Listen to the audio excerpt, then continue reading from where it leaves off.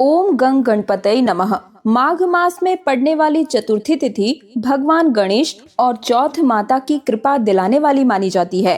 कहा जाता है कि इस दिन सच्चे मन से किया गया व्रत हर प्रकार के संकट को टाल देता है और बच्चों पर आने वाले अनिष्ट को दूर करता है। आज की इस वीडियो में आप सभी जानेंगे कि सकट चौथ का व्रत हमें कब करना है, चंद्रोदय का सटीक समय क्या रहेगा, संतान सुख और संतान की रक्षा के लिए कौन से वो अचूक उपाय हैं जो हमें अवश्य ही करने चाहिए। तो देखिए, हर महीने में संकष्टी चतुर्थी पड़ती है, जो कि हर महीने के कृष्ण पक्ष में पड़ने वाली चतुर्थी तिथि होती है और माघ के महीने में पड़ने वाली संकष्टी चतुर्थी के व्रत को सकट चौथ कहते हैं। इसे अन्य कई नामों से भी जाना जाता है, कहीं संकटा चौथ तो कहीं माघी चौथ, कहीं तिलकुट चौथ, कहीं लंबोदर संकष्टी चतुर्थी या फिर माही चौथ आदि अन्य कई नामों से जाना जाता है। साल भर में सबसे बड़ी चौथ में से ये एक व्रत होता है, माघी चौथ का व्रत।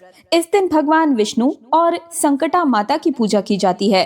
संकटा माता की कृपा से संतान की रक्षा होती है, दीर्घायु प्राप्त होती है और ये व्रत करने से निसंतान दंपतियों को संतान सुख की प्राप्ति भी होती है। जिस प्रकार से करवा चौथ का व्रत पति की लंबी आयु के लिए किया जाता है, उसी प्रकार से संकष्टी चतुर्थी का ये व्रत संतान की लंबी आयु और उनके उज्जवल भविष्य दीर्घायु के लिए किया जाता है और भक्त भी अपने सभी विघ्नों के नाश के लिए संकष्टी चतुर्थी का व्रत करते हैं। करवा चौथ के व्रत की तरह इस व्रत में भी दिन भर उपवास रखा जाता है और रात्रि काल में चंद्रमा उदय होने पर चंद्रमा को अर्घ्य देने के बाद ही व्रत को पूर्ण किया जाता है।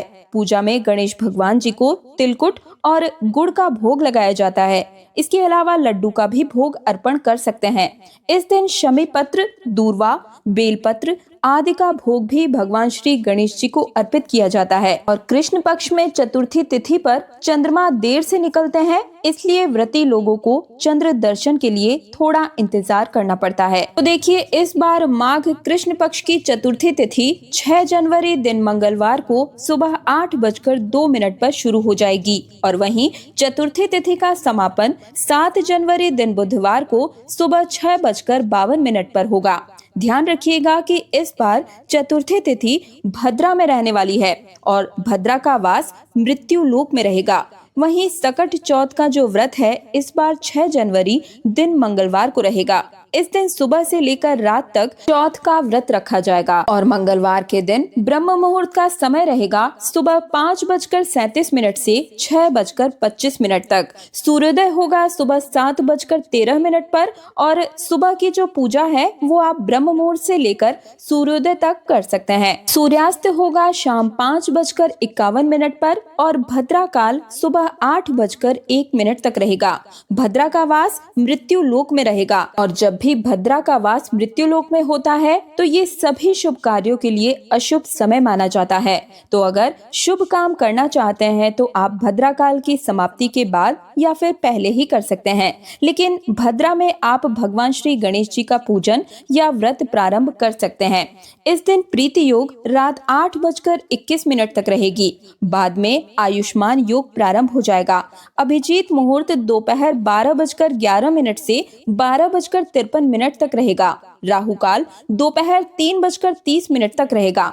राहु काल को भी अशुभ मुहूर्तों में ही गिना जाता है। चंद्रमा को अर्घ देने का और व्रत खोलने का शुभ समय रहेगा रात 9:07 पर, लेकिन कुछ हिंदी पंचांग में ये समय रात 8:57 भी दिया गया है। इसलिए आप अपने स्थानीय समय के अनुसार चंद्रोदय का जो समय है वो अवश्य ही जान लें। सकट चौथ के दिन सुबह सुबह जल्दी उठकर स्नान आदि से निवृत्त होने के बाद मंदिर में दीपक जरूर ही प्रज्वलित कीजिएगा और फिर इसके बाद ही सकट चौथ की जो पूजा विधि है वो आप कर सकते हैं।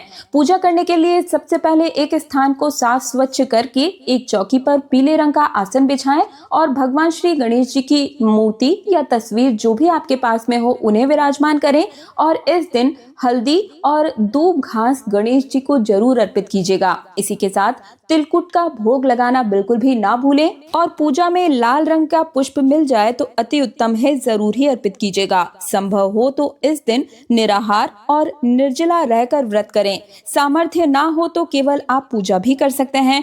वैसे तो सर्दियों के दिन है तो ज्यादा प्यास नहीं लगती है, आप चाहें तो निर्जला व्रत कर सकते हैं। लेकिन स्वास्थ्य ठीक नहीं है या शरीर साथ नहीं दे रहा है तो ऐसे में ज्यादा कष्ट लेने की आवश्यकता नहीं है। और अगर व्रत ना भी रख पाए तब भी सकट चौथ की जो व्रत कथा है इसका श्रवण जरूर ही कीजिएगा और पूरे दिन संकटा माता का ध्यान करें और फिर रात के समय में चंद्र देवता की पूजा करें। चंद्र दर्शन करने के बाद ही जो भी व्रती महिलाएं हैं उन्हें अपना व्रत खोलना चाहिए और सबसे अंत में भगवान गणेश जी की आरती करके क्षमा याचना जरूर ही कीजिएगा। सकट चौथ की जो सबसे सरल पूजा विधि है वो मैंने अपने चैनल पर करके भी दिखाई है, तो उस वीडियो को भी जरूर देखिएगा। सकट चौथ की पूजा विधि चैनल पर आ चुकी है, मैं लिंक डिस्क्रिप्शन में भी दे दूंगी, या आप चाहें तो मेरे चैनल तीज त्योहार और धर्म में जाकर भी देख सकते हैं। वीडियो पसंद आया है तो वीडियो को लाइक करके चैनल तीज त्योहार और धर्म को सब्सक्राइब करके पास वाले बेल आइकन को जरूर प्रेस कर लीजिए। साथ ही कमेंट सेक्शन में